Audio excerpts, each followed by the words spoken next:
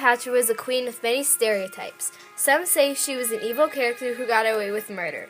Others say that she hypnotized men with her beauty, but we see a queen with great leadership skills and many talents. Cleopatra was born during 69 BC in Alexandria, Egypt. As a child, she dealt with many family problems. Her family, the Greek Ptolemies, would often kill each other for different reasons, but mostly for power. Seeing these murders helped Cleopatra realize what she needed to do in order to take the throne. At the age of 18, Cleopatra became the Queen of Egypt with her brother Ptolemy XIII, who was only 10 years old. Because of Egyptian customs, they were married to each other and would rule side by side on the throne. Unfortunately, their partnership was damaged and Cleopatra was thrown out of Egypt. Then, her brother single-handedly took the throne.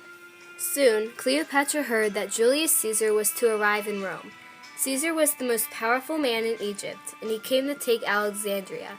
Cleopatra seized this opportunity. She told her servants to roll her up in a carpet and carry her to Caesar, where she would then reveal herself to him.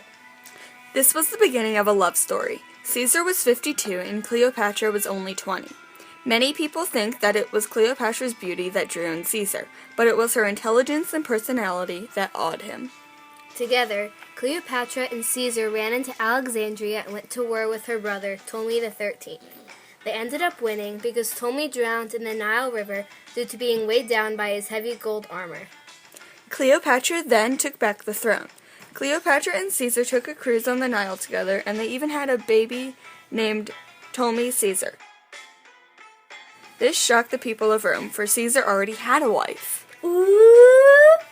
Cleopatra and Caesar lived together in Rome, and Caesar claimed Cleopatra to be a goddess. This upset the Romans so much that they declared death on Julius Caesar. He was then executed during the spring of 44 BC. Caesar's will said that Octavian, his 18-year-old grandnephew, a man named Mark Antony, and Marcus Lepidus would rule Rome together. Unfortunately, this partnership began to deteriorate, and Octavian forces took Lepidus' territory. Mark Antony, scared to be the next victim of Octavian, fled to Cleopatra for help. They met on a royal boat with servants giving them anything they wanted. They fell in love at first sight. They shared interests in politics, and Cleopatra told Antony that she not only speaks her birth language, Greek, but also learned how to speak Egyptian to easily rule. She also shared how she got Alexandria out of one of its worst depressions. She was indeed one great ruler. They soon had 3 children who ruled alongside the throne. Antony and Cleopatra were truly a power couple. Unfortunately, Octavian would not have this. He wanted Egypt to himself, and he would not stop fighting until it was his. On September 2nd, war began. Cleopatra's and Mark Antony's army lined up on their ships, getting ready to have war against Octavian at sea. Their problem was that during the war, Cleopatra took a ship away to avoid the battle. Antony gave up, and then he followed Cleopatra, only to find that their force was losing, which made them surrender to Octavian. Egypt was greatly doomed, for when Cleopatra returned from avoiding the war, she found out that Antony went out looking for her. Cleopatra was greatly depressed that Antony was gone. As Octavian forces marched over, Cleopatra used her clever brain to come up with a spectacular plan. She would make herself a huge tomb filled with riches, and she would live there for the rest of her days. Only her servants would know where she was. The rest of the world would think she was dead. Antony soon returned back to Egypt with no success of finding Cleopatra. When he heard she was dead, he knew he had nothing to live for, so he stabbed himself with his sword.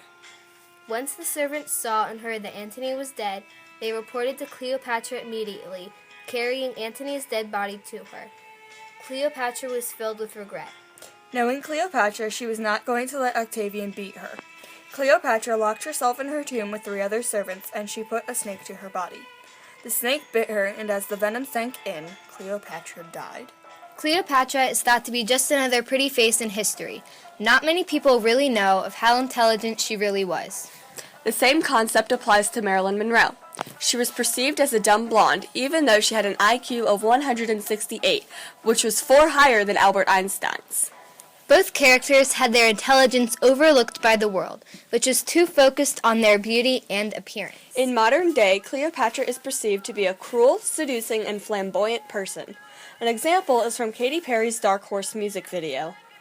Cleopatra was a spectacular leader with a very strategic and clever mind. Throughout her life, she had many difficulties, but she always managed to push through. She held her head high through numerous deaths and defeats. Cleopatra is definitely a legacy to remember.